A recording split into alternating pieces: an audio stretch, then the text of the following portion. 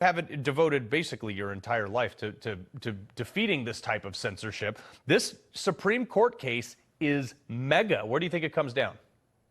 Well, it's tough to call. I mean, I think what these Supreme Court justices need to understand is that Google, Amazon, Facebook, and Apple, these trillion-dollar big tech monopolists, are not your typical private company. These are quasi-government actors. They get Section 230 immunity from the government. They get antitrust amnesty for decades. They get government contracts. You have government officials working directly with these big tech platforms to censor Americans. So it's not just like your typical business down the road. Mm-hmm. These are in a different category. And what Texas and Florida are trying to do is say to these big tech platforms is that you can't discriminate based upon viewpoints. Right. Well, even CNN is realizing that the magnitude of these cases. Listen to this.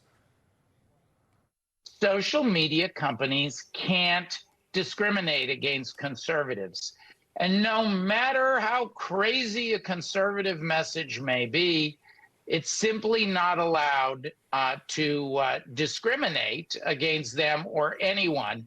But is there a middle ground where they have to give an equal platform? That's what these cases are about. Well, Mike, that's kind of my point here is that, like, look, this is a liberal legal analyst on CNN saying that they can't do that, but also he says conservative ideas, and listen to the language he used, as crazy as they may be. Mike, every conservative principle, when it's instituted, people are better off. Nearly every liberal principle, when it's instituted, is worse. And he wants to call us the crazy ones? That's what they're doing to censor us.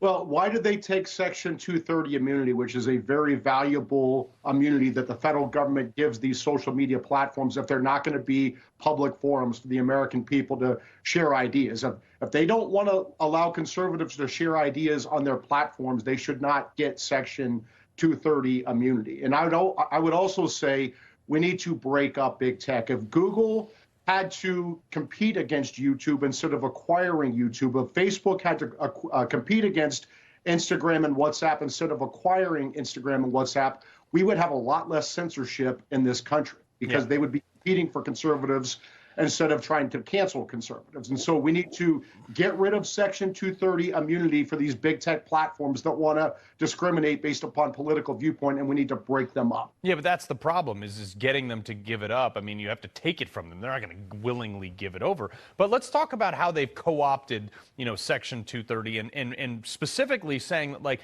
oh, you're conservative, lower taxes and not spending money on green dream garbage projects. That's dangerous speech. You can't say that because it's threatening us through climate change. Yeah, they use the otherwise objectionable prong of Section 230 essentially to say that conservative viewpoints are objectionable, so we're going to kick them off the platform. And okay, if they want to do that, that's my point. If you're going to kick off conservatives, why should you get this government-sponsored Section 230 immunity? These are quasi-government actors when they take this Section 230 immunity. Well, and that was COVID, too. COVID was the greatest exposure of, the bias here when we now know many of the things they said, zinc, vitamin C, masking, vaccines not stopping the spread, all that stuff was flagged and you were kicked off these platforms for that. Yeah, remember what they said about Twitter. If you don't like Twitter, old Twitter before Elon, build your own. So Parler came along, built its own Twitter.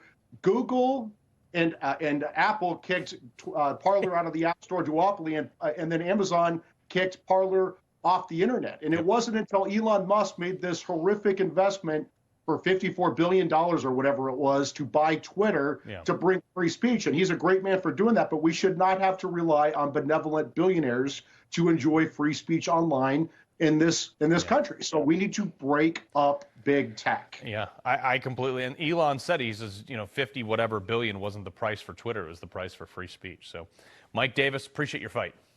Thank you. All right. Well, coming up.